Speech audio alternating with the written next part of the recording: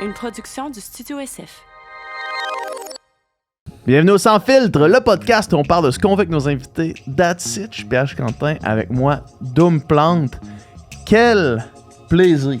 Quelle rencontre incroyable! Aujourd'hui, on s'est entretenu avec Fadi Daguerre, qui est le chef de police de Longueuil, de Montréal, anciennement chef de police de Longueuil, qui a travaillé aussi longtemps à Montréal comme policier.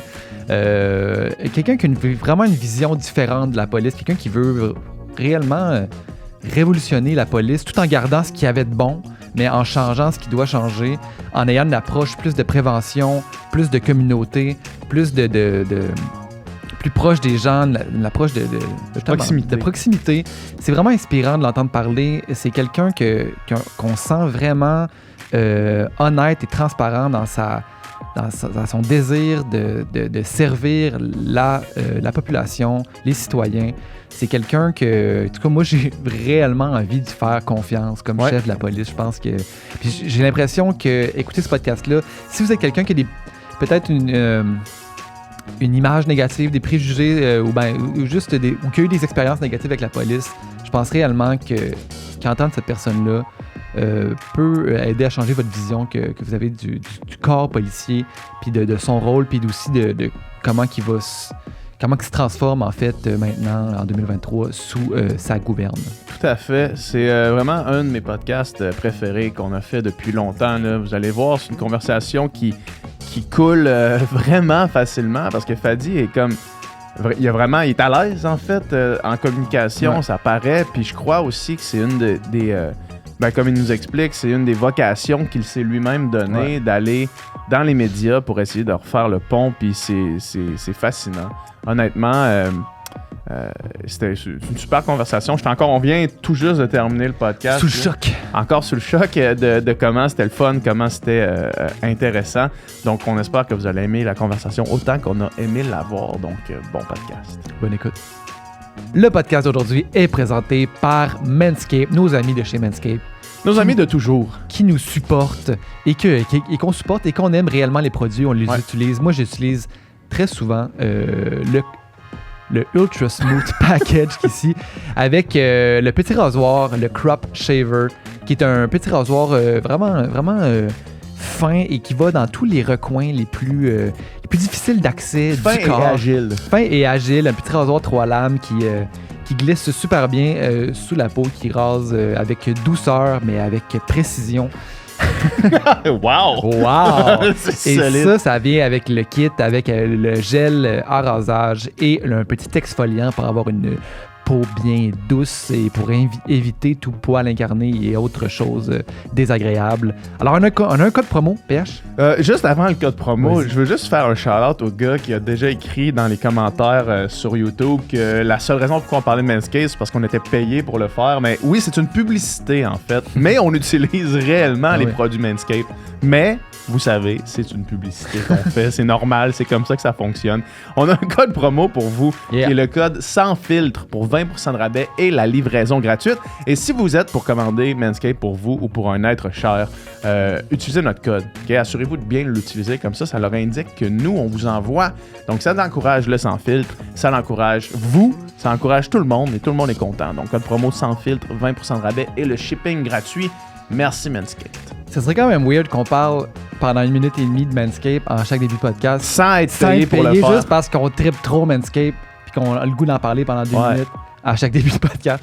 Chaque début de podcast. Les gars sont passionnés à un autre niveau. Mais on est passionnés pour vrai. C'est vrai. Mais c'est quand même une pub. Imagine, on tanne le monde, genre, à chaque jour, on tanne le monde, mais avec une nouvelle compagnie qui nous paye pas. Ouais. Fait que genre, on fait 1 minute 30 de publicité en début, mais...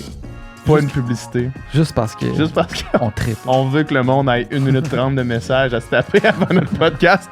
Bref, bon podcast. Manscaped.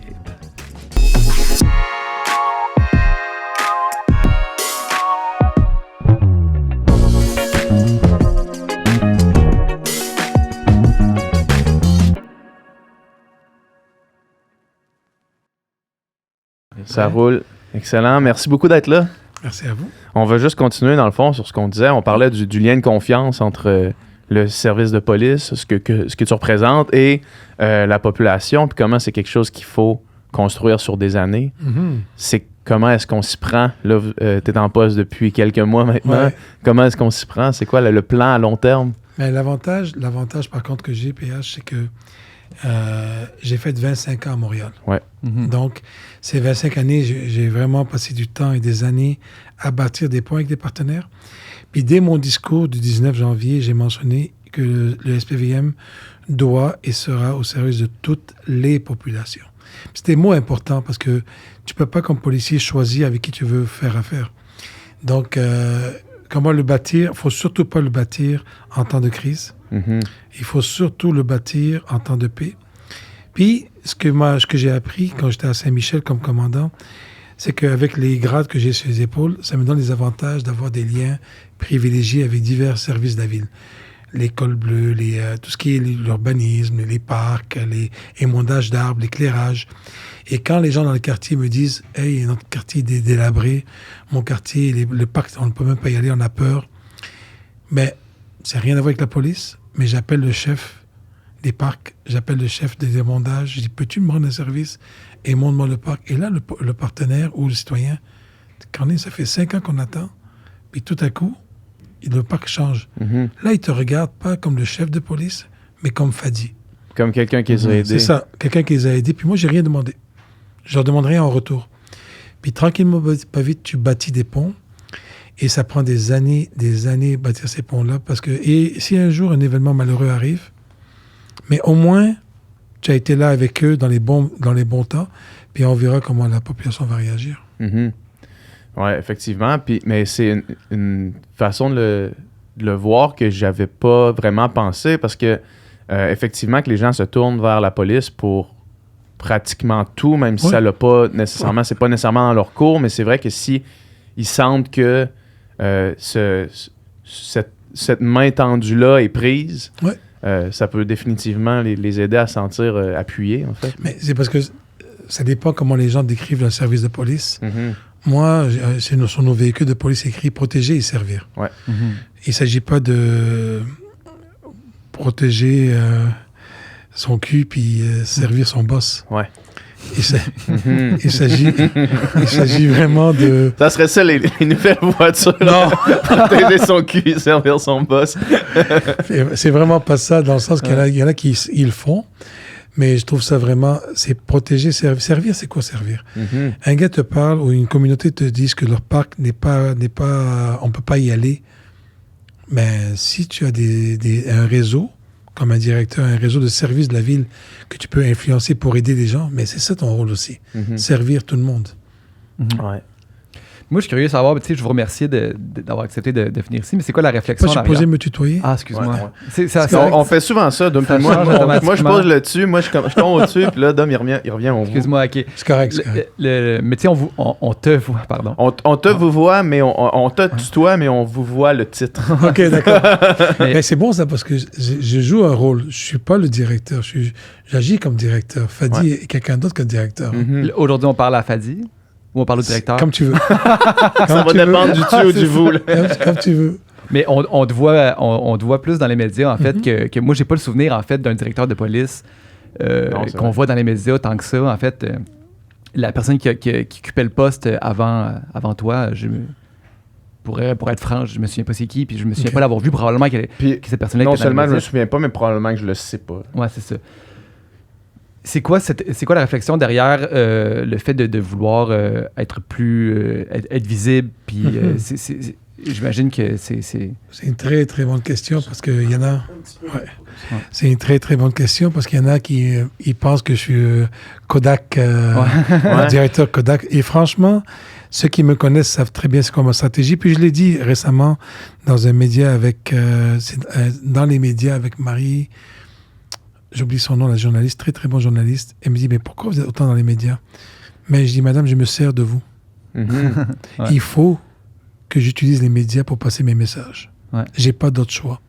Médias sociaux, médias traditionnels, médias écrits, il faut absolument que je sois extrêmement présent dans les médias pour passer mes messages de vers où le SPVM veut aller, c'est quoi notre vision, et démystifier aussi le métier policier. Parce que franchement, tout à l'heure, PH disait, la police, on dirait, c'est rendu un fourre-tout. Mhm. T'appelles la police pour n'importe quoi, pour n'importe quel moment, puis on s'attend à ce que des magiciens Les agents réagissent, arrivent sur l'événement, puis ils règlent tout. Santé mentale, détresse humaine, chicane de voisinage. J'ai vu un chat dans l'arbre. Tu dis, mais voyons donc, la police peut pas faire ça, ne doit pas faire ça. Fait que le média, c'est vraiment, vraiment pour moi extrêmement important qu'on puisse... Quand je dis utiliser, c'est pas péjoratif. C'est plutôt passer mon message. Passer mon message à toutes les populations, parce qu'on est tellement pas connus. Moi, j'ai toujours dit souvent, il y a envie de deux solitudes. La solitude police, la solitude population. Puis, ça se mélange pas souvent. Le seul moment que tu te mélanges avec nous, c'est lors d'un événement malheureux, ou un billet de contravention, ou une intervention. Donc, tu nous vois toujours de manière répressive. Mais la police fait tellement plus. Donc, dans le média, tu as vu récemment, j'ai passé pour Immersion, j'ai passé mes policiers pour Immersion. On a fait le projet réseau à Longueuil.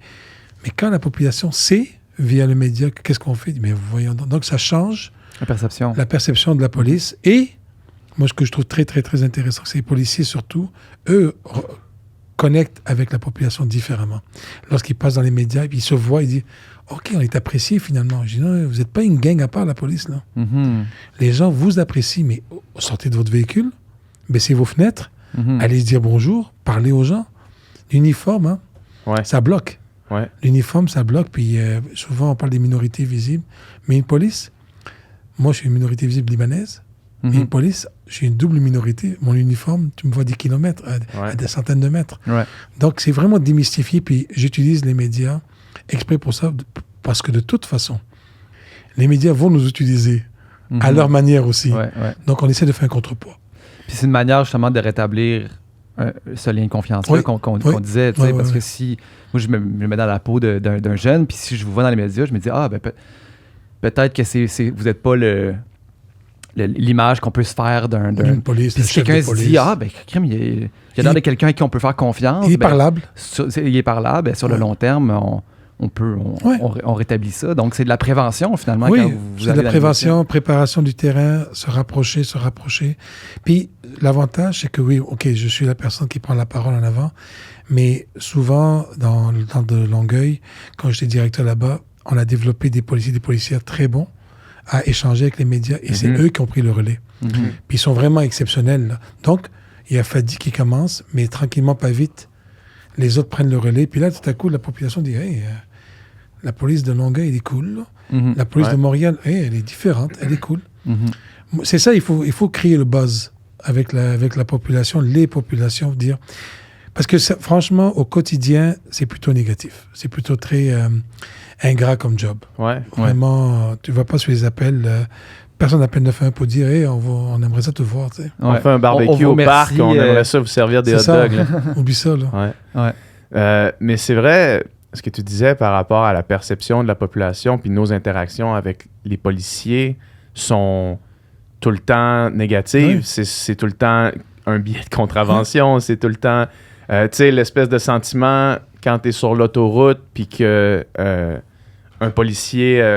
allume ses phares, d'avoir les jambes sciées, puis l'espèce de sentiment, même si tu sais que t'as pas roulé trop vite, puis tu sais que t'as rien fait, t'as quand même l'espèce de « Ah, fuck, la police est là », tu sais, alors qu'on n'est pas dehors la loi, puis on est des gens très corrects, tu sais, mais c'est quoi les pistes à part, justement, tu sais, médiatiques, de pouvoir... pas redorer l'image, mais de pouvoir changer la perception des gens, tu sais, dans la vraie vie, tu sais. Mais tu vois, je donne l'exemple du projet Immersion. Immersion, dès septembre, pendant 4 semaines, toutes les recrues qui vont entrer au SPVM vont aller vivre pendant 4 semaines dans la communauté. Okay. Donc déjà, le policier qui arrive, je sais pas moi, de Chibougamau, qui habite pas Montréal, qui s'en va travailler 30 ans à Montréal, mais je vais l'envoyer à Côte-des-Neiges, je vais l'envoyer au Hochelaga Maisonneuve, je vais l'envoyer chez les itinérants, je vais l'envoyer chez les jeunes autistes, chez les femmes violentées, au Chaînon, pour qu'il aille voir c'est quoi le Montréal. Puis qu'il aille voir aussi des quartiers où tout va bien, où tout va très, très bien. Puis, donc, qu'est-ce que ça veut dire? Excusez, je vous coupe, je suis désolé, mais qu'est-ce que vous voulez dire par vivre dans la communauté? Ça veut dire passer la journée et la soirée. Moi, dans mon immersion, j'ai dormi là. J'ai fait matin, midi, soir et la nuit. Eux, à cause du côté syndical, côté de la convention collective, ils vont faire jour et soir. Donc, aller à l'épicerie avec une famille, Exemple, une famille dont le jeune garçon est autiste. Ils vont aller à l'école d'autiste avec le jeune, s'asseoir avec lui, voir sa réalité au quotidien, souper dans la même famille, aller à l'épicerie avec le jeune et sa maman ou son papa et des parents, aller dans l'épicerie et voir comment ça se passe avec le jeune. Aller à la maison, souper avec eux, cuisiner avec eux. Donc, vivre le quotidien de la famille. Même chose chez les itinérants. Moi, je suis allé servir des repas, je suis allé m'asseoir avec eux, j'allais dormir là. Eux, ils vont pas dormir. Mais vivre le quotidien, la réalité. Et une fois que tu l'as vécu, ben, jeune homme, jeune fille, quand tu vas porter l'uniforme, là, Souviens-toi. souviens-toi. Souviens-toi de ce que tu as vu. Et ça crée de la proximité. Ça crée le lien de confiance avec les participants. Je vais donner un exemple que j'avais vécu, pas moi, mais mes policiers. J'avais envoyé des policiers dans une famille congolaise. Et la femme congolaise, dans l'appartement, elle reçoit les deux policiers, la policière. Puis la policière dit, nous, notre carrière, on vit l'enfer, c'est pas facile, être policier. Là, la congolaise la regarde et dit, tu vis l'enfer? Tu veux que je te parle de l'enfer? La policière, oui, qu'est-ce qu'il y a? C'est une réfugiée du Congo. Elle ouvre la porte de la chambre, puis il y avait 7 lits. 7 viols. Et là, la policière la regarde, es-tu sérieux? Elle dit, ouais. 7 enfants non voulus. Et là, elle la regarde, et là, la policière... Donc, c'est les petits bobos de la policière versus ce qu'elle a vu de sa citoyenne. Elle dit, OK, maintenant, je comprends. Ça l'a marqué à vie. Wow. Ça l'a marqué à vie. Ouais, donc, tu sais, c'est un peu de ces exemples-là. Le jeune autiste qui rentre au Costco avec sa maman, 11 ans, 12 ans, et les policiers sont à côté, mais en civil, hein. Immersion, c'est en civil. Personne ne sait que tu es là. À part la personne qui tu es. Puis le jeune, au mois de novembre, Costco 2019, je pense, il y a plein de décorations et c'est désorganisé. La mère essaie de contrôler son garçon. Impossible. Impossible. La population autour, dans le Costco, l'insulte. Hey, ton enfant, là, ton santé mentale, ton malade mental, contrôle-le, tu ne sais pas l'éduquer. Les policiers étaient là, et là, les policiers voulaient intervenir. Je t'interviens pas. Tu regardes. Tu observes. Puis une fois qu'ils ont embarqué dans la voiture, elle a contrôlé finalement son enfant, mais elle a reçu des insultes. Une fois qu'ils ont embarqué dans la voiture, les policiers étaient verts. Ils regardent la maman et disent, « Madame, ça vous arrive souvent? » N'importe quand. Je dis, maintenant, je comprends mieux. Si je m'en vais sur un appel d'un jeune autiste, je connais les codes, je sais comment mieux intervenir. C'est un peu tout ça. Ça, c'est le projet Immersion. Mais ce projet-là, juste pour finir là-dessus, sur ce dossier-là, ce projet-là, il est en place maintenant? Il va être septembre. Il commence en septembre. 28 Puis août. ça va être obligatoire pour toutes les recrues. Toutes les recrues. Puis c'est combien de temps? 4 semaines. 4 semaines. Jour et soir. Jour et soir avec les mêmes familles ou avec plusieurs? Non, justement, ça c'est un grand enjeu. À Longueuil, on avait 70 familles et milieux communautaires. Là, Montréal, c'est une autre histoire. À Longueuil, on le faisait à chaque deux fois par année, parce qu'on recrutait 2 fois par année. Ici, on recrute à chaque 6 semaines. Donc, ça nous prend du monde. Ça nous prend 1000 à 2000 partenaires, familles à nous recevoir. On ne peut pas faire ça avec la même famille tout le temps. Ils vont s'épuiser à nous recevoir. Donc, il faut qu'on trouve plusieurs familles à faire le relais. C'est vraiment titanesque comme projet. C'est une première au monde. Hein. Il n'y a pas un autre corps de police qui fait ça. Wow. Personne ne fait ça. 4 semaines dans la communauté. Puis on a même des moments de répit pour les recrues parce que psychologiquement et mentalement, c'est difficile. Moi, j'ai vécu 5 jours. J'ai dormi dans les refuges. Après 3 nuits, je n'étais plus capable. J'ai dit, mais voyons donc, je me sentais pas bien. Psychologiquement, je dis, mais voyons, je vois gris, je suis fatigué, je suis aigri. Je devenais très irritable en 3 jours. Imagine-toi une vie. Une vie complète, oui. C'est facile de comprendre. Là. Et voilà, là, tu saisis beaucoup mieux. Puis il y a d'autres choses qu'on amène. On veut aussi revoir tous les critères de sélection des recrues. Donc, recruter des profils de policiers, policières qui sont plus au reflet de la population. Donc, avec des compétences intellectuelles, oui, mais des compétences relationnelles, émotionnelles. Être capable de parler avec du monde, débarquer, au lieu de dire à la personne, qu'est-ce que tu fais ici, toi? C'est parce qu'en disant cette phrase-là, tu es en train de l'exclure déjà du quartier. Plutôt, tu lui dis à la personne, bonsoir monsieur, qu'est-ce que vous faites dans notre coin? On peut-tu vous aider? Comment on peut vous aider? Vous allez aller vers où? Différemment. Fait que c'est toute une approche qu'on veut revoir au niveau de l'approche plus relationnelle que technique. Mhm. Puis on veut plus nécessairement, on veut continuer à évaluer le nombre de billets de données, des contraventions ou des arrestations, mais c'est pas du tout un aspect qui va être prioritaire. C'est beaucoup plus comment tu vas sur les appels, comment tu règles l'appel, comment tu es avec la population, comment tu règles une situation délicate. Arrives-tu à sortir de là avec une certaine empathie, tout en restant dans ton cadre de travail, mais en développant une ligne de confiance. Ça, c'est des bonnes évaluations qui s'en viennent. Ah ouais, hein? Mais c'est ça, tout en restant, c'est la ligne, la Très mince mince, très ligne mince, t'as de raison. devoir rester les forces Ouais. de l'ordre. Oui, il faut que tu restes. Il faut que tu restes les forces le de choix. l'ordre. Parce que, regarde, moi, j'ai des policiers, ça fait 33 ans que je suis policier. C'est drôle, il y en a qui font des arrestations, ils donnent des billets et tout, puis ils le font toujours sans aucun problème. Puis il y en a d'autres qui font des arrestations où ils donnent des billets, puis il y a toujours des problèmes. Donc, c'est une question aussi souvent d'attitude. Ouais. C'est pas tout le temps ça, parce que parfois la population n'est vraiment pas contente qu'on les interpelle.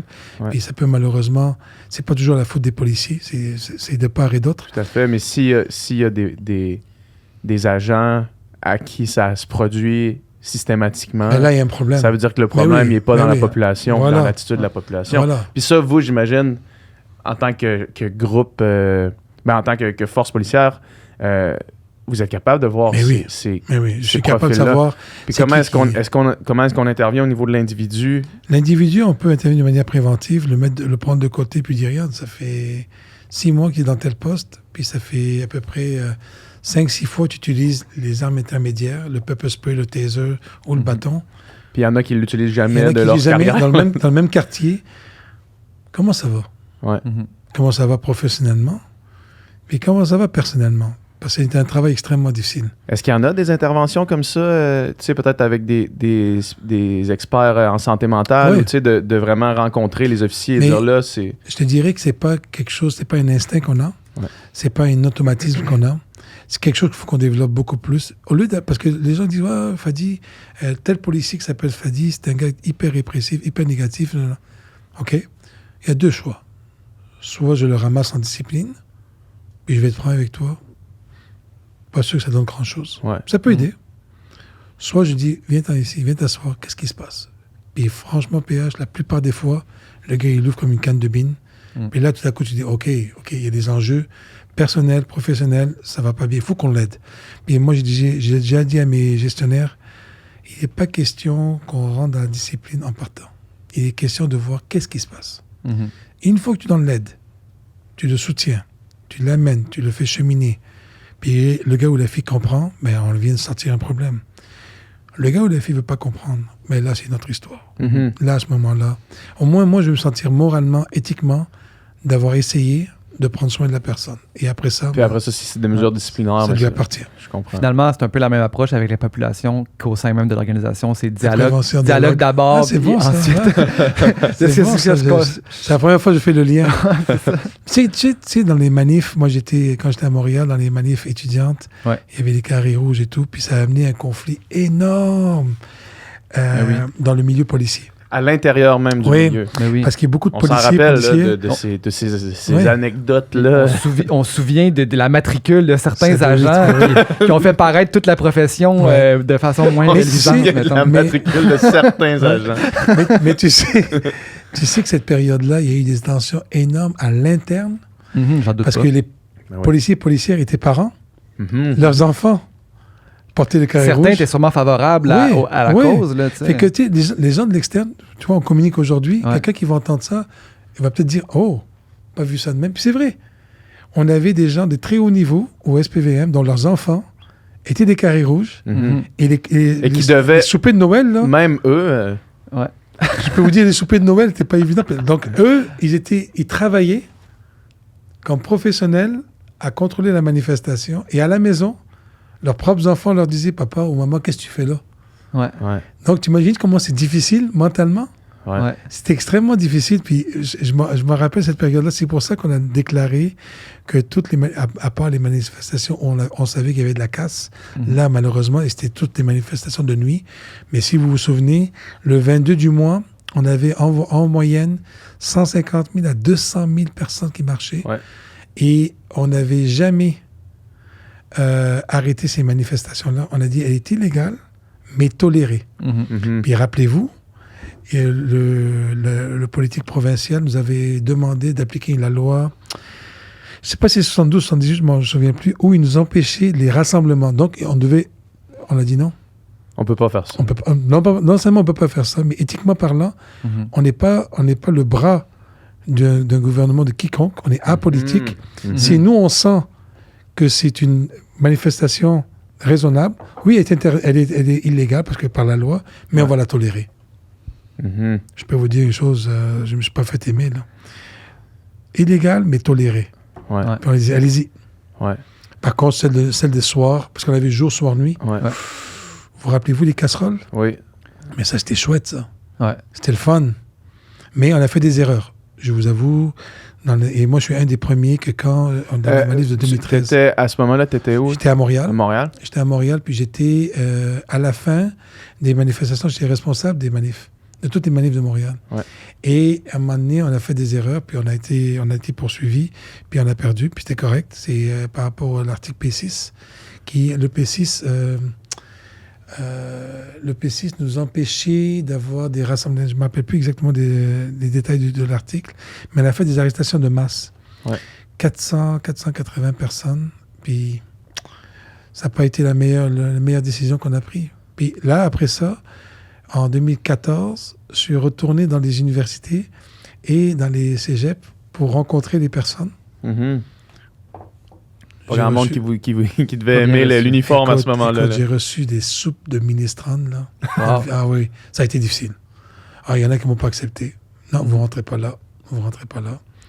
Mais c'était important pour moi d'essayer de les rencontrer, de jaser avec, de voir. On s'excuse pour telle partie, mais l'autre partie, c'était nécessaire. Puis à la fin, ça finissait par les gens disaient bon, ben, vous avez le guts au moins de venir nous parler. Mais il faut, on n'a pas le choix. Ouais. Puis à l'interne, juste pour parler encore de 2012, à l'interne, est-ce qu'il y avait des... comment dire? Des divergences d'opinion sur la façon avec laquelle c'était géré par le corps policier, tu sais, au sens, justement, les débordements, tu sais, de matricule 728, pour la nommer, est-ce que, clairement, c'était pas tout le monde qui devait être d'accord avec sa façon, puis il devait avoir une certaine tension entre les gens qui étaient vraiment plus dans la contre l'idée de manifester pour ça, puis qui étaient un peu dans... Tu sais, c'était honnêtement quasiment de la haine, là, qui était transportée par cette image-là, tu sais. Puis d'autres personnes qui devaient être plus en mode, comme qui ont leurs enfants dans la manif, puis qui comprennent l'importance, pas l'importance, mais qui comprennent le moment, tu sais. Mais dis-toi une chose, est-ce qu'il y avait une tension à l'interne à cause des raisons dont tu mentionnes? Mais oui. Ouais. C'est une mini-société, hein. Ouais. La police, là, c'est un quartier. Une diversité d'opinions. Une diversité d'opinions à l'interne. Puis, SPVM est bien connu pour ne pas museler les gens. Tu sais, c'est pas une question que tu n'as pas ton opinion, tu n'as pas droit à ton opinion. Au contraire, beaucoup de gens... C'est pour ça que je te parlais de tension à l'interne. Mais tu sais, les gens focusent beaucoup sur 7-2-8. Ouais. C'est une chose, et c'est un cas particulier, c'est une situation particulière, mais la pression que vivaient nos policiers... Ouais, c'est ça. Franchement, là, policiers, je vais donner un exemple maintenant à l'encontre. Je descends sur le terrain, on est sur une ligne de piquetage, une ligne de front, et mes policiers sont debout depuis 2-3 heures de temps, devant une ligne de personnes. Puis je suis en arrière et je leur répète la phrase « Hold ». Garde-toi debout. Et je leur dis, c'était 4 émeutes, là. Ouais. Et je leur dis, retenue émotionnelle, tenue intellectuelle. Je vous le répète. Retenue émotionnelle, tenue intellectuelle. Personne ne tombe dans le piège. Retenue émotionnelle, tenue intellectuelle. Personne ne tombe dans le piège. Parce qu'en Europe, dans le mouvement, juste avant le mouvement étudiant, il y avait Occupy. Tout le mouvement Occupy, 99,1%. Puis ils avaient réussi, malheureusement, en Europe, de créer des martyrs. Les mouvements envoyaient des jeunes et finalement, ça finissait par soit une fusillade ou quelqu'un qui mourait. Ouais. Moi, je voulais éviter ça à Montréal. Et par contre... C'est d'éviter de donner du gaz à la haine envers le corps policier. Et finalement, nous, on fait une intervention malheureuse et qui finit mal. Et là, après ça, tout le monde est légitimé de faire ce qu'il veut à Montréal. Tout le monde filme ça une fois, puis c'est fini. Les gens en face des policiers, là, ils avaient des cannes à pêche avec des bains au bout. Puis, pendant des heures, là, il prenait le beigne, il le swingait vers la visière, juste avant la visière. Ah oui, mon cochon, mange. Mange mon cochon. Écoute. Puis là, moi, tu leur dis, OK, réagissez pas, restez calme. Réagis des pas, glaces à bouge ça. pas, bouge pas. Ouais. Il dit, boss, bouge pas. Des heures, pas 2-3 minutes, là. Ouais. Tu laisses le faire. Mhm. Mais ça, là, c'est humainement parlant, à 30 degrés, 40 Oui. degrés, avec tout l'uniforme, puis tu te fais faire ça.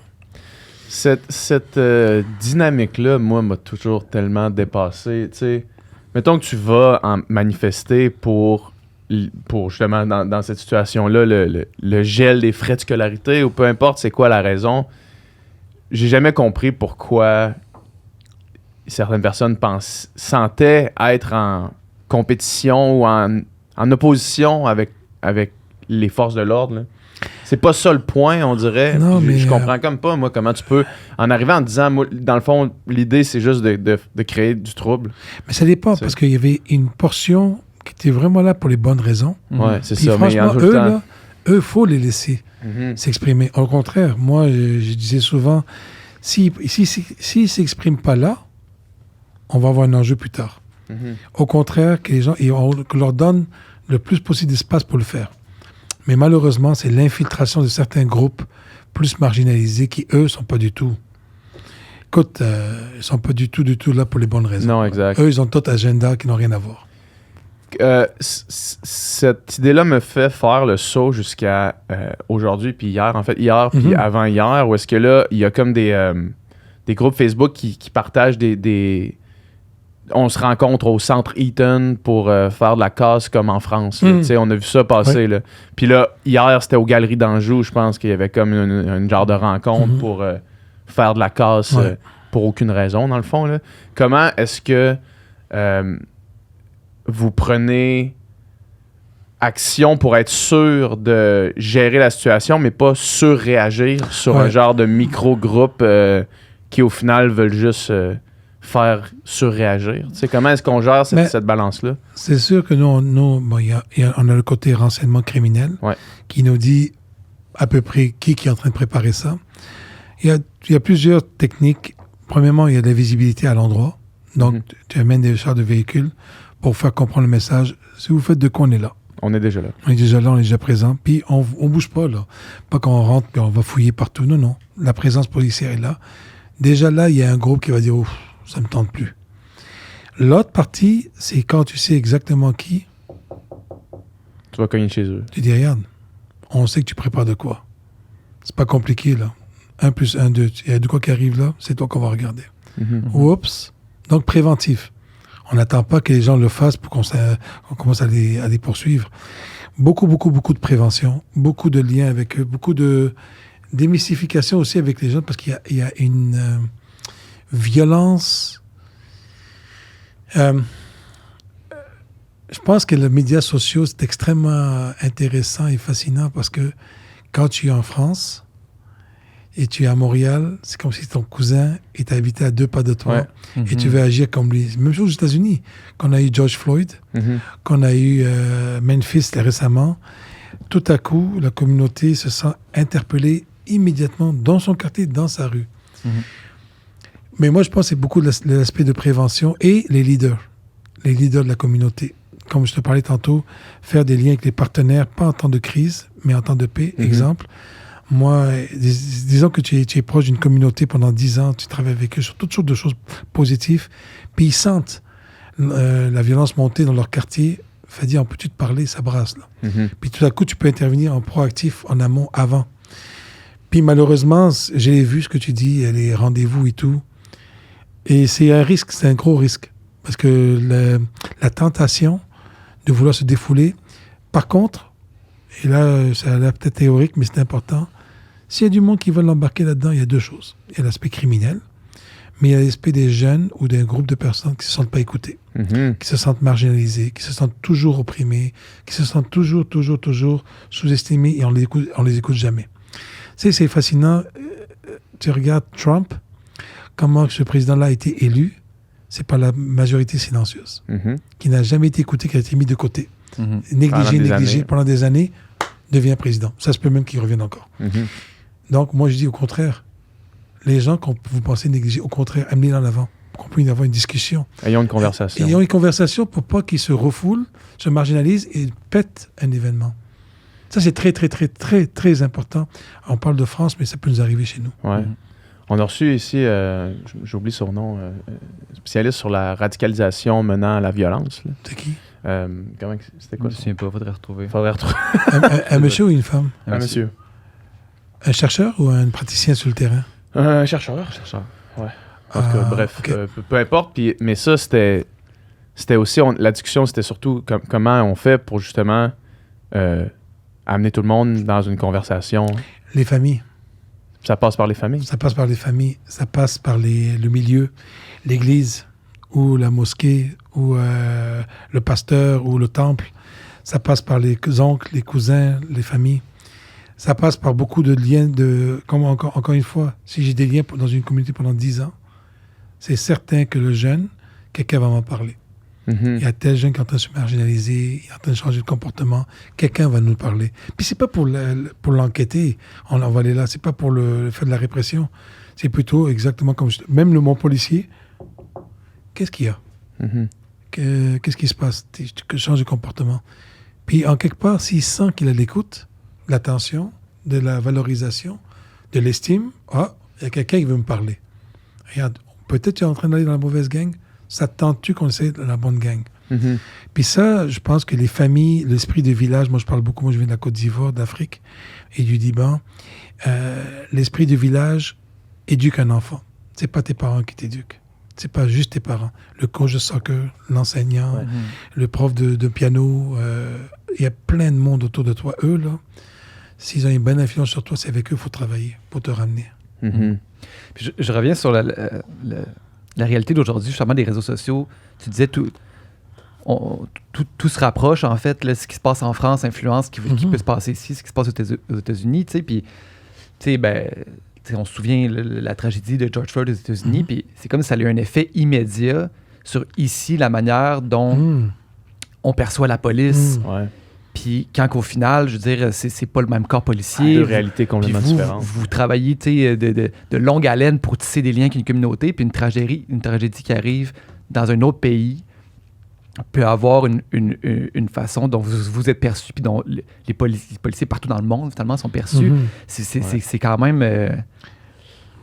le fameux... C'est décourageant. C'est quand même décourageant, justement, parce que c'est quelque chose sur lequel vous n'avez aucun contrôle, qui peut se passer ailleurs. Puis, tu sais, là, ça... Je me souviens... Dans un contexte complètement différent, où est-ce que les corps policiers sont super fondés avec des trucs militaires, c'est ça que Gabriel Nadeau-Dubois nous parlait. Exactement.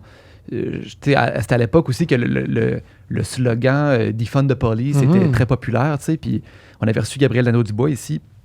Je lui demandais, tu sais, ce slogan-là, y a-tu raison d'être? Y a-tu fondement? Puis il dit, aux États-Unis, peut-être, parce que la police est surmilitarisée, surarmée, tu sais, c'est complètement une autre réalité qu'ici, que la police a un rôle quand même beaucoup plus social, communautaire qu'aux États-Unis, que c'est très répressif.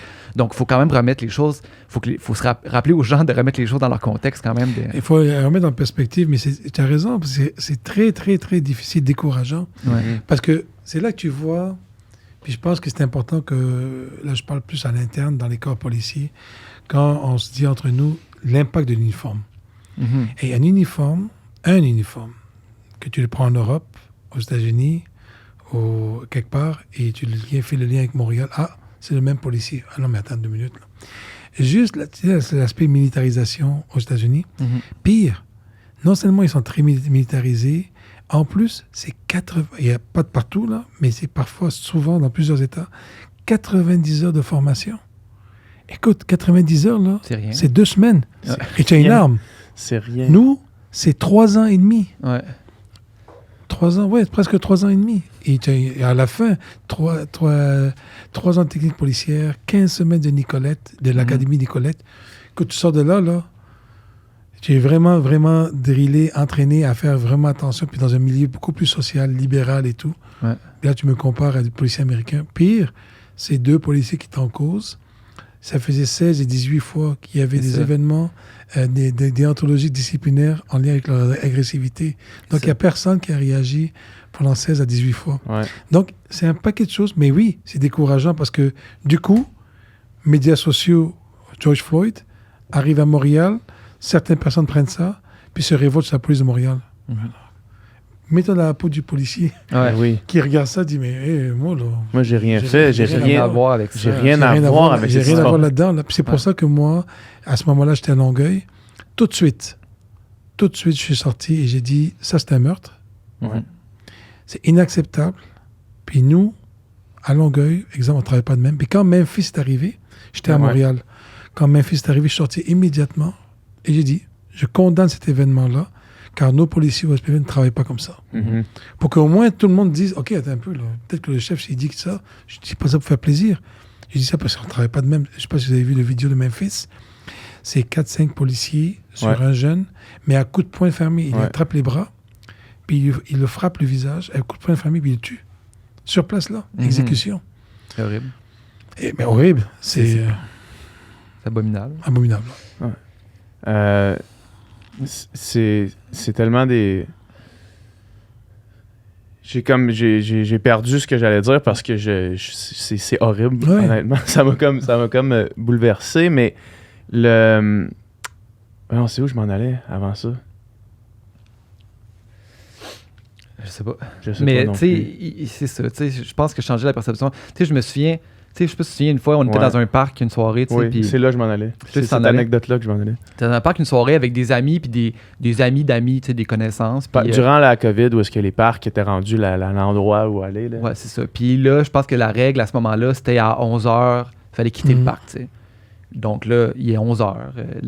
La loi veut qu'on quitte le parc. Puis Ouais. là, les policiers arrivent, puis Il nettoie, puis ils nettoient, ils disent demande vous à devez sortir. partir. Tu sais, Puis de là, façon super. pacifique, là. Genre, hey, il est 11h. Il est 11h. C'est l'heure de s'en Puis là, aller. il marchait dans le parc en nous disant de s'en aller, tu sais. Puis là, je me souviens, une personne, une fille avec qui on était, qu'on connaissait pas vraiment, mais qui est amie d'amis, tu sais, qui disait genre, tu sais, qu'on était policiers, tout pareil, nanana, là, tu sais, les trucs cul, nanana, tu sais. Puis les Ouais. pires insultes, puis tu sais, nous autres, on est là, puis on a comme fait, ben, tu sais, c'est des.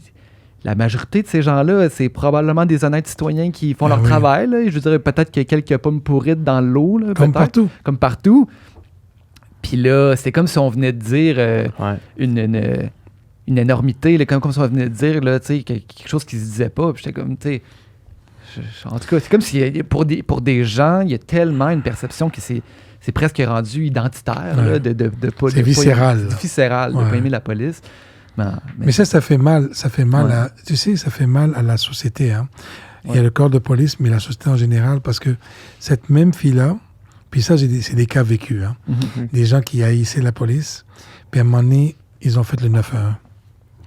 Et Mhm. quand le policier ou la policière sont arrivés, puis ils l'ont protégé, Ouais. puis ils l'ont sauvé la vie, la même personne, Ouais. je te jure, son discours, là, Ouais. il change comme ça. Mhm. Mais c'est peut-être 2%, 5% qui appellent le 911. Ouais. Mhm. Mais malheureusement, c'est des gens... Mais c'est ça l'affaire, c'est que si les médias sociaux sont tellement nourris de choses parfois positives, parfois négatives, quand c'est négatif, et ça touche principalement ou souvent la même profession, Mhm. et c'est toujours des scandales, le vidéo édité d'une Ouais. intervention policière, Exact. ça, là, franchement, moi, là, les histoires de vidéos éditées, j'ai pas de la difficulté à ce que tout soit filmé. Aucun problème. Ouais. Filmons tout, mais Ouais. garde le film au complet. Garde le film Ouais. au complet. Ouais. ouais. Garde-le au complet. Ouais. Tant qu'à ça, là, on va se dire les vraies choses. Ouais. Puis là, tout à coup, tu filmes la partie, et moi, j'ai souvent dit aux médias, puis quand je te parlais de franchise, s'il y a quelqu'un qui nous écoute, qui vont penser qu'une intervention policière physique va être élégante, je vous dis, là, Ça le sera pas, là. ça sera jamais élégant. Et le chef, lui-même, si je dois courir après quelqu'un pour des raisons criminelles ou quelque chose, et je dois sauter sur lui pour le mettre à terre, ça sera pas élégant. Mhm. Ça sera pas une belle technique Non. de jujitsu. Non, puis ça sera pas tout élégant, Ouais. il vole dans les airs, puis il tombe, Ouais. puis je leur prends le coup, je l'amortis. Non. Ouais. Ça va être quelque chose. Ouais. Mais Pourquoi? pour se rendre là, on s'entend qu'il y a plusieurs Il faut, étapes. ben oui, il faut qu'il y ait quelque chose. Donc, parfois, tu filmes le 15 secondes où les policiers, comme exemple, je donne un exemple très simple. C'est bien que les gens nous écoutent. Il y a une intervention policière pour contrôler quelqu'un qui est pas en danger, mais il fait un danger autour de lui. Mhm. Puis il faut l'arrêter. Et le gars était armé, pas armé, bon, peu importe, mais quelque chose de dangereux. Puis il y a 4-5 policiers qui tombent sur toi pour te contrôler. Alors tout le monde va parler abus. Abus policier, c'est 4 policier, personnes contre 4 une personnes personne. sur une personne. Voyons donc, ça n'a pas de bon sens. Mais PH, là, si je te prends et je te mets à terre, jamais je pourrais te contrôler. Ben, Impossible. moi, je crois que oui, là, mais Non. tu m'as l'air quand même si tu plus es fort que moindrement- moi.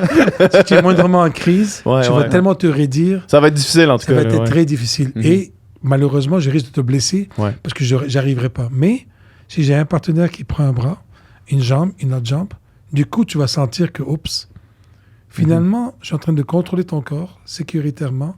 Je prends ton bras, mets les menottes, tu t'es pas blessé, je me suis pas blessé et tu n'as blessé personne autour. Mhm. Mais l'histoire de George Floyd, parce qu'à un moment donné, c'est devenu tellement viral, le genou Le dans genou Le le genou cou. dans le cou, ouais. J'ai dit attention, le genou dans le cou, c'est pas enseigné. Ça, Mhm. c'est illégal. Mais le genou sur l'omoplate, Mhm. il est même Pour pas, mobiliser. pas juste enseigné exactement, c'est encouragé. Mets ton genou ou ta jambe, ton tibia, sur l'omoplate pour l'aplatir. Mais pas trop, il faut qu'il soit dégagé pour qu'il respire. Alors, Mais ça, c'est enseigné, justement. oui, c'est ça. C'est des ça. techniques. C'est enseigné 4-5 personnes pour contrôler une personne.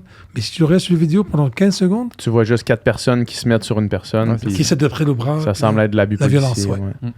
Ça Mais crée, c'est- j'ai vu un reportage de Radio-Canada, justement, puis il y a des policiers qui ont parlé à visage couvert de justement le fait que tout est filmé. Certains policiers, Ah oui, maintenant, je l'ai vu. maintenant, avec, ils hésitent là, à Pascal Robida, intervenir. Là, ouais. tu sais, il y a des moments, surtout quand il est question justement des minorités, pour pas se faire accuser Ouais, de de dire, racisme ouais, ou racisme. quoi que ce soit. Il y a des policiers Mais- qui préfèrent pas s'en mêler plutôt que d'intervenir pour éviter qu'une Mhm. vidéo soit prise puis là devenir une tête de turc ou devenir, tu sais, une espèce de visage du policier raciste. là, tu sais. Mais je l'ai vu. Ouais. Là, puis on m'a demandé est-ce que c'est un phénomène existant? Oui, il est existant.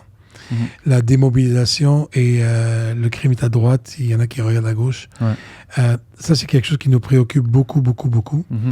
Parce que quand tu es rendu là, c'est que tu es rendu à te désengager. Mais Exact. est-ce que juste pour faire une micro-parenthèse sur ça, quand on parle de le crime est à gauche, regarder à Mhm. droite, est-ce que ce n'est que lié à cette peur-là d'être pris en vidéo ou c'est aussi que des fois, c'est juste de ne pas vouloir se mêler d'une situation? Non, c'est la pression médiatique. OK. C'est Parfait. vraiment Ça- la pression médiatique. Qu'est-ce qui est désolant? C'est que vous voyez un événement, nous, les policiers, on a quelques secondes à créer une magie Pour prendre une décision. en pour fait. que tout va bien. Ouais, ouais. Et tout à l'heure, j'ai dit, le 911, le service policier est rendu un fourre-tout. On nous appelle pour n'importe quoi. Fait que pense 2 minutes. Là. Toi, tu es un spécialiste dans ces émissions que tu fais et je te demande de faire ça et de faire ça et des choses qui n'ont même pas rapport avec ton métier. Mhm. Tu vas te tromper, c'est certain. Sans aucun doute. La même chose pour les policiers. On arrive sur des appels. Là. Je comprends. Madame Tartampion qui appelle le 911, là, puis là, on arrive là. Qu'est-ce qu'on fait là? Mais on est là. C'est trop tard. Mhm. Ouais. On ne peut plus reculer. Ouais. Fait que là, tu dis, OK, mais moi, je suis une police, je suis pas un psychologue, je suis pas un travailleur social. Comment je vais intervenir là-dedans avec quelqu'un qui est en crise? Tu essayes, Mhm. puis finalement, parfois ça va bien, parfois ça dérape. Mais on te juge. Sur quelque 15 chose secondes, que tu n'es c'est pas un fini. expert, que tu Ouais. n'es pas formé pour Ouais. faire. Puis là, et par contre, on te juge en 15 secondes. Ouais. Toi, tu as Le essayé. jugement est final. Final parce que tu es jugé par des comités par la suite pendant des années. Et toi, tu dois être tombé en maladie parce que tu n'es plus capable de prendre la pression. Médias sociaux t'écrasent, reprennent ton nom, tu es scandalisé partout. Toute ta réputation est faite. Ton épouse, ton chum, tes enfants à l'école, tout le monde les ostratise. Mhm. Et toi, tu as essayé de faire quelque chose que tu ne maîtrisais pas, mais 911 secourt tout le monde. Mhm. Ça n'a pas de bon sens. Ça n'a pas de bon sens. Comment est-ce qu'on règle ça? Mais c'est vraiment dire à nos policiers, premièrement, la formation continue, donc les développer des formations additionnelles Ouais. en santé mentale. La formation continue même une fois Une fois que tu es commencé ta rentré, carrière. une fois que tu es rentré, tu as 30 ans, mais il faut que tu reçoives toujours des formations adaptées. La société change, il y a plein d'émergents, des problématiques qui émergent, mais comment que le policier peut s'adapter à ça. Mais aussi, et je vais être franc avec toi, tout récemment, j'ai fait une sortie qui a un peu secoué le milieu policier, puis le milieu des citoyens, où j'ai dit, ça va devoir arrêter que les policiers répondent à tout et n'importe quoi. C'est ça. Il faut que ça arrête. Mais comment est-ce ça que arrête. ça, on Mais, règle cette ouais, situation? il va falloir qu'on parle avec le ministère de la Santé, où il va falloir que chez eux, il y ait des intervenants psychosociaux qui, eux, vont sur ces appels-là. Moi, mes policiers vont faire leur possible, mais on n'est pas des spécialistes. Et malheureusement, parfois, ça finit mal. Parfois, ça finit mal. Puis, penses-tu que j'ai un policier, une policière qui veut tirer quelqu'un en se levant le matin? Bon, aujourd'hui, ça me tente de me taper un noir, un latino, un arabe, ou quelqu'un qui est autiste, ou quelqu'un qui est itinérant. Aujourd'hui, je veux tirer. S'il y en a, on souhaite que ce soit la minorité. Il n'y en a pas. Ouais, non, il n'y en a pas à PH. J'ai jamais vu ça en 30 ans. Fait que tu te dis, à un moment donné, time out. Pourquoi faire porter tout ça à nos policiers? Puis c'est tellement un métier complexe et en même temps très honorable, très, très fier d'être policier. Je dis, mais comment ça se fait qu'on veut du bashing à ce point-là sur ce métier-là qui est pourtant là pour souvent aider aussi? Mais malheureusement, c'est pas ça qui ressort. Mais je sais pas, j'ai pas la recette de tout, mais meilleure formation continue, mais aussi faire porter le fardeau à tout le monde, pas juste aux policiers. Puis aussi, éducation de la population qui appelle le 911. C'est ça, oui. Oh mon Dieu, si tu savais comment les appels 911 sont racisés. Hey, il y a 4-5 Noirs qui se battent en arrière, là, venez, c'est des gangs de rue. T'arrives, ils sont en train de jouer au hockey. Mais voyons. Wow. Là, tu t'en vas voir la madame, tu dis, madame, c'est parce qu'on a failli se battre pour rien. Ces jeunes-là jouent au hockey. Ils auraient été blancs, vous n'auriez même pas Vous n'auriez même pas appelé. Jamais vous aurez appelé. Mhm. Oh, mais ils sont fatigants, là, ça sent pas bon, cette histoire-là. Voyons donc, madame. Puis il y a plein d'appels qui sont du profilage racial. Mhm. Ah ouais. Puis donc, vous arrivez sur les lieux, puis là, vous avez aussi un peu l'air des policiers qui Ben, qu'est-ce arrivent, que tu penses? puis qui interviennent Moi, là, à des jeunes T'as qui jouent raison, au hockey. C'est ça, ouais. Dominique. C'est ça. Pense-y, là. Et ça, c'était une histoire vraie. Les policiers sont arrivés. Quand on a dit gang de rue qui se battent en arrière, ça veut dire peut-être couteau. T'arrives avec des Peut-être, fusils, t'arrives peut-être- avec Mais ton t'arrives taser. T'arrives quasiment sur 2 roues, puis tu arrives avec 3-4 véhicules, puis tu arrives. Ouais. Là, les policiers, il y en avait un qui était... ils sont tous corrects, mais il y en avait un qui est encore plus avancé. Il voit ça, il dit à sa gang, arrêtez, puis là, il appelle la centrale, arrêtez d'envoyer des renforts, arrêtez tout de suite. On est en train de crier un événement. Ouais. Les jeunes voient les policiers arriver, eux prennent leur bâton, là. Ben oui. Ils disent, voyons donc, on peut même plus jouer au hockey, là. Donc, elle, ça leur confirme le racisme. Ouais. Puis là, le policier dit, wow. Le policier leur dit, attends. Viens, faut que je te montre qu'est-ce que j'ai à l'écran de l'appel que j'ai reçu sur l'ordinateur. Il lui cache l'endroit d'où vient l'appel, parce qu'il ne veut pas avoir des représailles. Il dit, regarde l'appel. Là, les gens regardent ça. Là, ils le regardent, ils regardent ça, ils regardent. OK, c'est beau. Mhm. Et regarde, nous, là, on est appelés. Ouais, c'est ça. Ouais. Nous, on est appelés, on ne choisit pas que tu sois noir ou que tu sois en train de jouer au hockey. Nous, on nous dit, vous On vous fait battez. juste arriver ici avec c'est l'information arrivé, qu'on a. ça arrive à tellement de reprises. Ah ouais, hein? Des appels racisés. C'est racisé, intergénérationnel. Mhm. C'est fou, les personnes aînées, les personnes jeunes. La musique, pas de musique, dans les Ouais. mêmes blocs. Ah ouais. C'est fou. Les appels au niveau du genre, orientation sexuelle, itinérance. Puis là, tu dis, mais voyons, on est rendu vraiment un fourre-tout. Mhm. Mhm. Puis, ben, sur la question du profilage racial, tu sais, il y avait eu, je pense que ça a été, il y avait une étude qui était sortie là, Ouais. qui montrait que c'était un fait. Oui, c'est un fait. Comment est-ce qu'on pallie à ça? Puis c'est quoi la... Ben, le profilage Puis, racial... selon toi, ça vient de où? Est-ce que c'est fondamentalement dans le Ben, système? C'est Mais quoi je pense que j'ai reconnu que il y avait du racisme systémique Mhm. et de la discrimination systémique. Mais les gens, tout de suite, ont la malheureuse habitude de parler de systématique. Ouais. C'est comme si je disais que chaque policier n'est pas du tout. Mhm. Pas du tout. J'ai des policiers racistes et comme la société est raciste, j'en ai un peu partout, mais j'en ai pas tant que ça. Mhm. Par contre, que le système soit raciste et qu'il y a des discriminations systémiques, ça, absolument, il n'y a personne qui va me faire dire le contraire. Mhm. Euh, Parce que tu l'as toi-même vécu. mais c'est ça qu'on- non seulement je l'ai vécu, je l'ai fait vivre. Ouais. J'ai fait du profilage racial. Ah ouais? Puis je suis le premier à avoir admis comme policier et chef de police. Ah ouais. Dans les années 90, je travaillais comme responsable des gangs de rue au niveau de certains clans de gangs de rue, puis j'ai fait du profilage racial. Tu sais qu'est-ce qui est particulier? C'est sournois, c'est subtil, c'est souvent très inconscient. Mhm. Donc, dans les années 90, j'en ai fait à des Noirs qui circulaient avec des rameux, puis avec la musique M&M, puis 2-3 dents en or. J'ai dit, ah, ça, là, Ça, c'est du gang de rue. ça, c'est du gang de rue, ça va être Portrait bon. type, ouais, Ah, c'est c'est sûr, je pointe, c'est certain. Ouais. Du coup, le gars il me regarde, il me dit, j'ai l'air d'un arbre de Noël, hein? Tu es attiré par tout ce que tu vois. J'ai dit, oui. Il dit, moi, je fais rien. Puis il avait raison, c'était le véhicule Honda Accord qui passait à côté avec 2 Blancs québécois de 50 d'années qui, eux, transportaient 15 kilos de coke. Ah ouais. Qui, eux, j'ai jamais réalisé que c'était... Donc, j'allais à la pêche au lieu d'aller à la chasse. Et là, j'ai compris. Je dis, Fad, profilage racial, premièrement, c'est pas productif. Deuxièmement, c'est inéquitable, c'est inégal. Blablabla. Mais après le 11 septembre 2001, moi, je suis d'origine libanaise. Là, je l'ai vécu. Et là, j'ai dit, OK. Mais c'était pas le douanier au custom qui me le faisait vivre à chaque fois. C'est pas à lui que j'en voulais. Là, j'en voulais au système qui disait, né en Côte d'Ivoire, d'origine libanaise, solo, tu mets ça de côté. Puis tu sais quoi? Tu l'inspectes, lui. Ouais. Lui, tu l'enquêtes. Le pire, c'est que je leur disais, hey, je suis policier, là. De côté. Grave. Policier, imagine-toi normal. Fait que, comment y remédier? C'est prendre conscience. Et ta question, elle est bonne parce que est-ce qu'on a tous des préjugés, des stéréotypes en nous? Oui. Tu serais surpris. Tout le monde, ben oui. Tu serais surpris, on en a tous. La différence que moi, comme en uniforme, je ne peux pas me le permettre que ça transmette sur le terrain. Dans mon salon, que je décide d'avoir certains préjugés, ça t'appartient.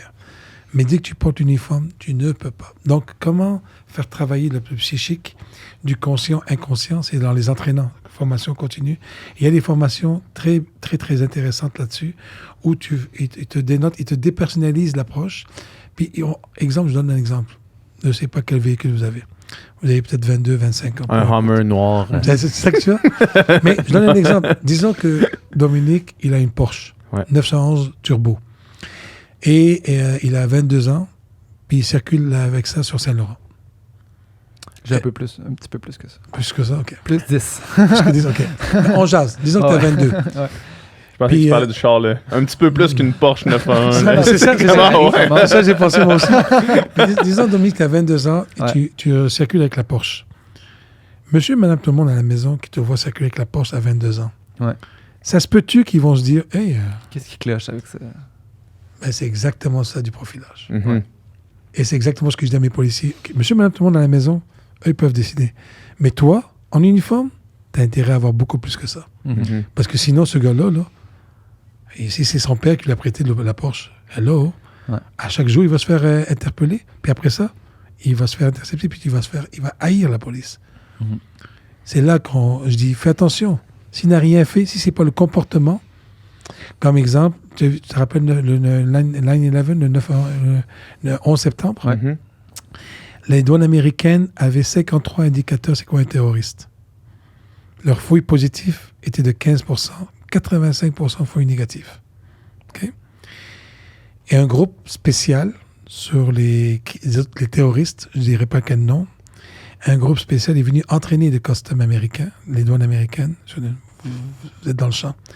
Voici 4 critères comportementaux. Et je ne vais pas te les donner. Mais 4 critères comportementaux. Et regarde ça et regarde tes fouilles. Ils sont passés à 84% de fouilles positives juste sur le comportement et jamais sur le look. Ah ouais? Juste sur le comportement. 4 critères sur 53. Puis quand tu dis des fouilles positives, c'est qu'ils trouvent tout de suite quelque chose. Il y avait quelque chose de cloche. Sur des... Donc, c'est ça que je vais enseigner à mes policiers. Ça me les prendrait, ça. Ouais, non, c'est ça. Tout le monde me le demande. Je dis à mes policiers, regarde le comportemental. Si tu as un hoodie et que le hoodie en arrière, il est rond. Tu sais, le hoodie, il pend, mais c'est rond. Ça, c'est pas normal. C'est que tu as quelque chose dedans. Il y a quelque chose dedans. Qu'est-ce qu'il y a dedans? Phénomène gang de rue, parfois, c'est quoi? C'est une balle de billard. Dans un bas de femme. Pour pouvoir le swinguer. Pour le swinguer. Puis le bas, c'est drôle, hein? Le bas, parfois, il déborde là. Quand tu vois un gars marcher avec un bas, quand tu vois un gars avec un bas ici. Un petit bas qui déborde là.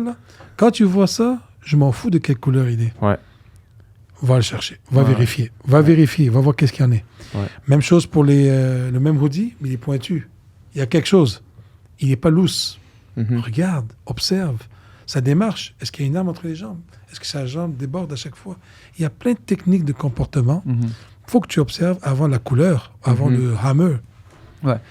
Il y a certains qui suggèrent de complètement arrêter les interventions aléatoires. Là, interpellation. Puis vous opposez à ça. Oui, moratoire.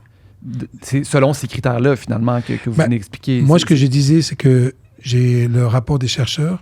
J'ai été d'accord sur tout. J'ai tout reconnu. Et ils ont 8 recommandations. Et les 8, je vais toutes les suivre. L'enjeu du moratoire, je te donne un exemple. C'est comme si on me disait, Fadi, on fait une étude. Sur ta ceinture, tu as un pepper spray, tu as un bâton télescopique, tu as le taser, tu as ton gun, tu as des menottes. L'étude qu'on fait, c'est sur le bâton télescopique. Après vérification, on voit que ton bâton télescopique, c'est pas une bonne idée que tu l'aies. Moi, je dis, OK, mais ça, c'est un outil. Tu touches à la racine du problème. Qu'est-ce que tu fais avec le pepper spray? Qu'est-ce que tu fais avec le taser? Qu'est-ce que tu fais avec le reste? Si tu me touches à mon bâton, je vais utiliser autre chose.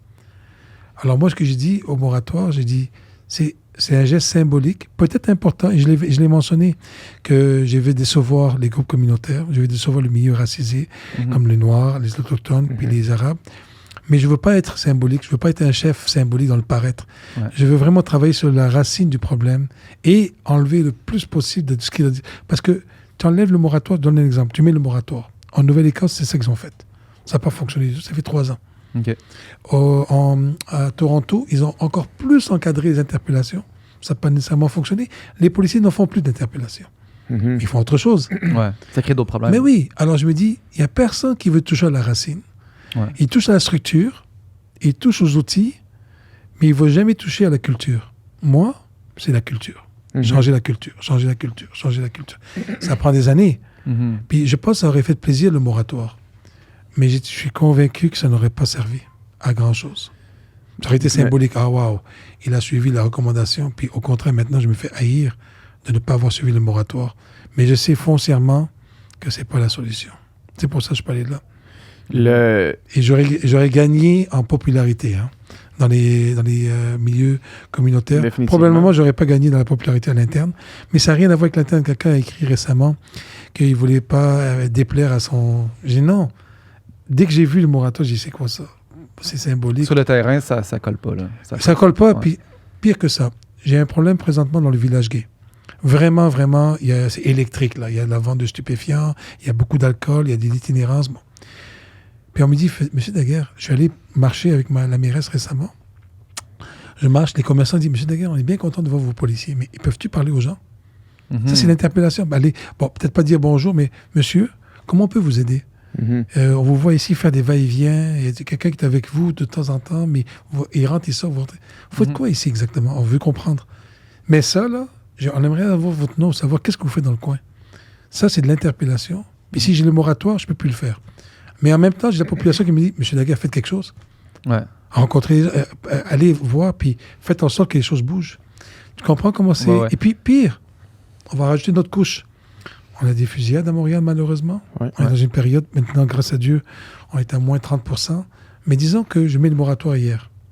Et dans 2 semaines, ça tire à Montréal. Pour toutes sortes de raisons qui n'ont rien à voir avec l'interpellation, rien à voir avec le moratoire. Tu sais qu'est-ce qu'ils vont dire médiatiquement? Ah, depuis que le moratoire a été respecté, ça tire, la violence. Alors, enlever le moratoire. C'est un piège. C'est un catch-22, je ne peux pas aller là. Il me semble que les interpellations, le problème est la sur-représentation des minorités dans les interpellations, parce qu'une interpellation en tant que telle, moi, je veux dire, évidemment, quand on en parle, on en parlait justement suite à l'incident avec George Floyd, on a parlé beaucoup de ça, puis du racisme systémique, on parlait avec, Webster. Webster, ben oui, puis Webster, lui, de Québec. Oui, exact. Puis lui, il nous disait, tu sais, moi, j'ai été interpellé, je sais pas, 12 fois dans ma vie. Moi, ça m'est arrivé juste une fois, tu sais. Puis, sauf que l'interpellation en tant que telle, c'est vraiment pas grave si ça t'arrive pas de façon démesurée. Tu sais, moi, je me rappelle, j'étais dans la voiture de mes parents, qui est une Cadillac, puis j'étais dans le quartier Limoilou à 1h de la nuit, parqué devant chez ma blonde à attendre qu'elle descende, là, tu sais. Puis là, évidemment que je suis suspect, là, tu sais, j'ai genre 18 ans dans une Cadillac à Limoilou à 1h de la nuit, tu sais, fait que là, le policier était venu me voir puis il m'avait dit « Salut ». Crime, genre « Salut ». Le fait qu'est-ce que tu fais? Puis là, ben, j'attends ma blonde, là, tu sais, puis là, on voyait comme la lumière de sa chambre allumée, puis là, il a fait « Ils prennent du temps à changer, des fois. » Puis là, je fais il est juste parti, tu sais. Ouais, mais tu sais, il faisait une genre de joke, comment elle est blonde, on est tout le temps en train d'attendre après nos blondes. Puis là, j'ai comme fait, mais, fait que tu sais, c'est pas ça le problème. J'ai l'impression, tu sais, des interpellations Non. comme ça, le problème est vraiment dans Toujours la les- surreprésentation ouais, la de surreprésentation. certains groupes, tu sais, puis Mais c'est peut-être tu là... sais, il est là le problème. Puis je vais donner un exemple concret. À un moment donné, dans les années 2000, début 2000, la ville de Montréal avait décrété tolérance zéro sur les incivilités. Qu'est-ce que vous voulez dire? Tolérance zéro, incivilité dans les parcs. Ok. Donc, tout ce qui est saleté, Ouais. tout ce qui est les magots à terre, mal utiliser les bancs des parcs. Ben, ils demandent à la police d'appliquer les règlements. La police descend dans les parcs, descend dans les endroits publics pour appliquer les règlements. Si tu habites à Westmount ou Mont-Royal, ville Mont-Royal, c'est rare que tu vas dans ce parc-là. Ouais. Ça ne veut pas arriver tout le temps. C'est une clientèle, soit du plateau, soit d'Hochelaga, soit de Côte-des-Neiges, soit de Montréal-Nord ou de Saint-Michel, où tu as des clientèles où c'est en appartement. Et l'endroit le seul où ils peuvent respirer, c'est d'aller dans les parcs. Ouais. Donc, qui tu côtoies tout le temps, c'est la même clientèle. Ouais. Parfois, elle est racisée, parfois, elle est de Hochelaga, ou parfois, elle est artiste dans le parc Laurier. Mhm. Mais ces gens-là, voyant les policiers tout le temps venir appliquer les règlements dans les parcs des incivilités tolérance zéro, mais c'est sûr, Je comprends. c'est sûr qu'à un moment donné... C'est sûr tu qu'ils vas- vont être contrôlés Ben plus, oui, que ben plus oui. que la personne qui habite à Mais Westmount. oui. Puis c'est là que je dis à la ville, faisons attention à nos règlements municipaux. Parce qu'on crée nous-mêmes de la propre discrimination. Je comprends. Si vous m'envoyez dans les parcs pour aller faire en sorte que le parc soit toujours clean, ben je vais faire affaire avec toujours les mêmes populations. Mhm. Malheureusement, heureusement, peu importe. C'est pas ceux de Westmount, puis c'est pas ceux de tel quartier, puis c'est plutôt beaucoup plus tel et tel quartier. C'est pour ça qu'à un moment donné, le niveau de tolérance envers la police, elle est très, très, très fine, parce que les policiers travaillent toujours, généralement, dans les mêmes coins où ils sont demandés de poser certaines... Ça, c'est un exemple. Mhm. Mais ça ne justifie aucunement que nos policiers interpellent plus souvent des Noirs, des Arabes, des Autochtones. Et c'est là-dessus que, quand je te parle, exemple, dans Immersion, ils vont aller vivre avec des Autochtones. Ils vont Mhm. aller côtoyer les Autochtones. Tu sais que moi, ma 3e soirée d'Immersion, je suis allé dans un milieu autochtone de refus. Ils m'ont refusé la place. Ils t'ont refusé. Ouais. Ouais. Puis il y en a un qui a su que j'étais le chef. Il dit, toi, là, même si tu es chef de police, tu rentres pas ici. Ah ouais. Tu es chez nous, tu rentres pas ici. Je me suis assis 1h30 avec lui à terre pour lui demander, hey, s'il te plaît, laisse-moi, je veux vivre. Je suis le chef. Si moi, je peux comprendre, je vais essayer de transmettre le message à ma gang. Non. Puis à la fin, je me suis levé, je dis, regarde, sais-tu quoi, je vais te respecter, je vais aller chez moi. J'avais hâte de dormir chez moi. Je vais aller chez moi dormir tranquille, là. Puis il vient me voir, il me dit, OK, une seule nuit. Mais promets-moi que tu vas mettre du changement dans ta culture. C'est là-dessus, moi, je veux travailler, sur la culture. Promets-moi que tu vas sensibiliser les policiers à comment ils nous parlent. On n'est pas tous des robineux. On n'est pas tous des ci, des ça. Fait que c'est ça, il faut qu'on travaille. Donc, j'ai pas d'excuses par rapport aux résultats. J'ai pas d'excuses pour dire, oh, il y a des raisons pour qu'on enquête plus. Non. Faut faire preuve d'acte de foi, de dire, voilà, oui, ça arrive. Maintenant, comment on y remédie? Mhm. C'est quoi les plus grands défis là, qui attendent le SPVM puis pour Montréal, mettons en 2023 puis pour les années qui s'en viennent? Ben moi, je te dirais, il y a un mot qui n'arrête pas de me revenir maintenant dans ma tête, là, c'est un service de police proactif, prédictible, qui anticipe les émergences des problématiques. Mhm. Si on reste à une police à réponse aux appels, un appel, un char, un appel, un char. On coûte déjà 780 millions à la société. On ne peut plus continuer comme ça. Il faut trouver des manières d'être là avant les événements et avant les crises. Donc, exemple, les appels de santé mentale, comment des partenaires du milieu de la santé peuvent aller, exemple, Fadi, là, ça fait 10 fois qu'il appelle le 911 par mois. Mais on sait qu'il appelle 911. Hey, y a-tu quelqu'un quelque part du milieu de la santé, milieu de la police, peut aller le voir avant qu'il appelle pour les prochaines années qu'on règle ça une fois pour toutes? Ça, c'est une manière. Ça, c'est un des plus grands défis. L'autre défi, c'est tout l'aspect des médias sociaux, mais aussi de la cybercriminalité. Là, tu vois, on est ensemble, on est en train de marcher ensemble dans la rue, puis le policier qui travaille avec un visuel de crime, de comportement criminel, il va regarder. Mais le comportement criminel, maintenant, est dans les médias et dans la cybercriminalité. Dans les groupes et dans un Facebook, autre district, dans notre milieu d'Internet, le dark web, il est tout là. Et ça, c'est des enjeux qu'on est tellement pas prêts, là. Ah ouais. Et les fraudes se passent là. Beaucoup de crimes sexuels se passent là. Et c'est là que je pense qu'on a 29 postes de quartier. Il nous en manque le 30e, le 31e qui est dans le virtuel. Mhm. Ça, c'était un autre énorme enjeu. Et aussi, comment on fait pour attirer et retenir des recrues policiers qui ont encore envie De travailler à Montréal. de faire le travail à Montréal. J'ai pas la solution pour l'instant. Ouais. On commence à trouver certaines solutions, mais ça aussi, c'est une question on est à 20%, 25% de taux d'absentéisme. C'est un record. Ah ouais. C'est un autre très, très grand défi. Mhm. On en a parlé tantôt, le rapprochement avec toutes les communautés, toutes les populations. Ça, c'est inévitable et c'est incontournable, se rapprocher de tout le monde pour être prêt à faire un esprit de village ensemble. Et la violence armée. La violence armée qui est rendue tellement banalisée, c'est tellement fou comment les jeunes s'arment, soit pour attaquer, soit pour se protéger. Mhm. Puis là, quand je parle de jeunes, je ne te parle pas de 25 ans, là.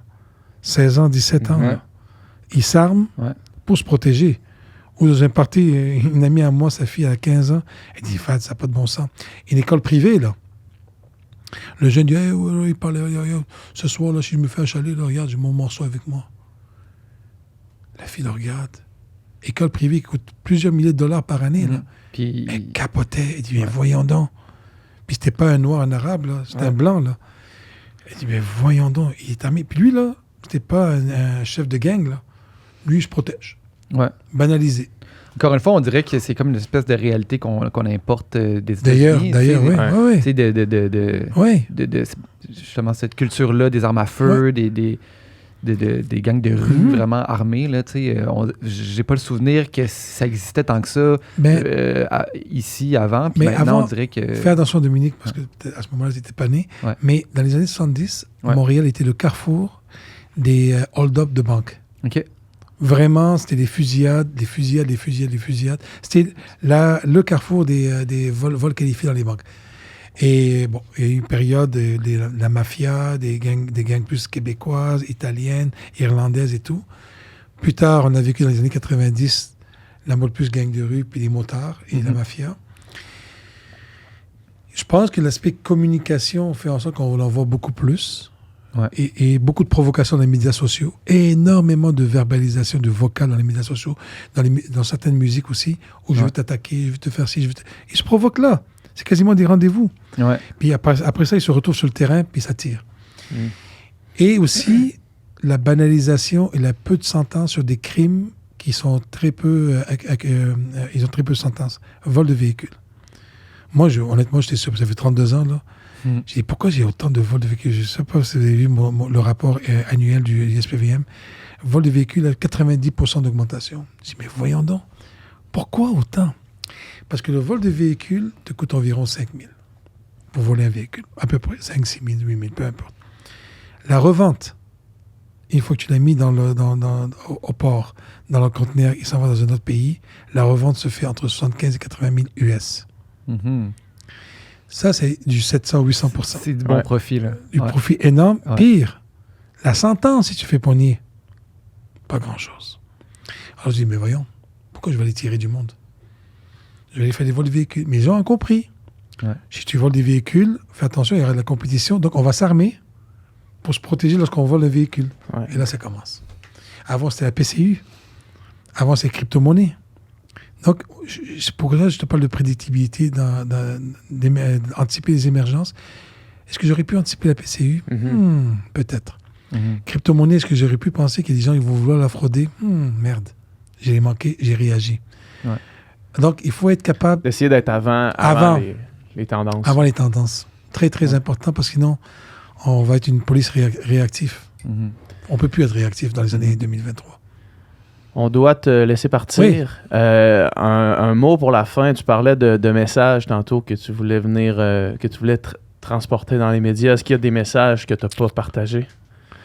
Eh boy, on a parlé de plusieurs messages. On a abordé plusieurs beaucoup de sujets, ouais. choses quand même. Mais moi, je te dirais, j'aime les points que Dominique a amenés aussi, puis toi aussi, sur mélangeons pas la profession policière de différents pays. Mhm. Vous avez des policiers, des policières qui ont une vocation tellement de vouloir aider, protéger, c'est fou. Moi, je suis extrêmement fier du travail de mes policiers et de mes policières au SPVM, même au Québec. J'ai vécu Longueuil. Très, très touchant. Moi, ce que j'invite à... Mais on va faire quelque chose. Pourquoi vous venez pas patrouiller avec nous? Une soirée. Non, mais c'est vrai. Let's go. Ouais. C'est vrai. Un soir, un cobra, ça s'appelle un cobra chez nous. Viens vivre une soirée. Juste une soirée, 8 heures de temps dans le véhicule police et tu vas voir ce que je te parle. Ouais. Santé mentale, les appels racisés, la détresse humaine. Te faire envoyer de la merde sur toi. Lancer sur toi. Vis avec ça. Tu pues toute la soirée après. Tu es en train de me convaincre. Ça donne le goût d'y aller. Ça me donne le goût de venir. Non, mais PH, c'est ça la réalité. Ils le vivent, mes policiers, policières, là. C'est tellement difficile ce métier-là. Puis qui s'engagent encore, je suis impressionné. Donc, le message que j'aimerais envoyer, c'est plus, avant de juger trop rapidement, prenez le temps une retenue émotionnelle de tout le monde, puis posez-vous la question, si tu fascistes, qu'est-ce qu'il fait? C'est pas évident. C'est ça. Mais venez patrouiller, je vous invite. Oui. Vraiment, ça me ferait plaisir. J'aimerais beaucoup. J'accepte. Surtout là, durant l'été, là. Ouais. Parfait. C'était Merci beaucoup. un réel plaisir de Vraiment. parler avec toi. C'est gentil de m'avoir invité. Ouais. Merci beaucoup. Je suis très content.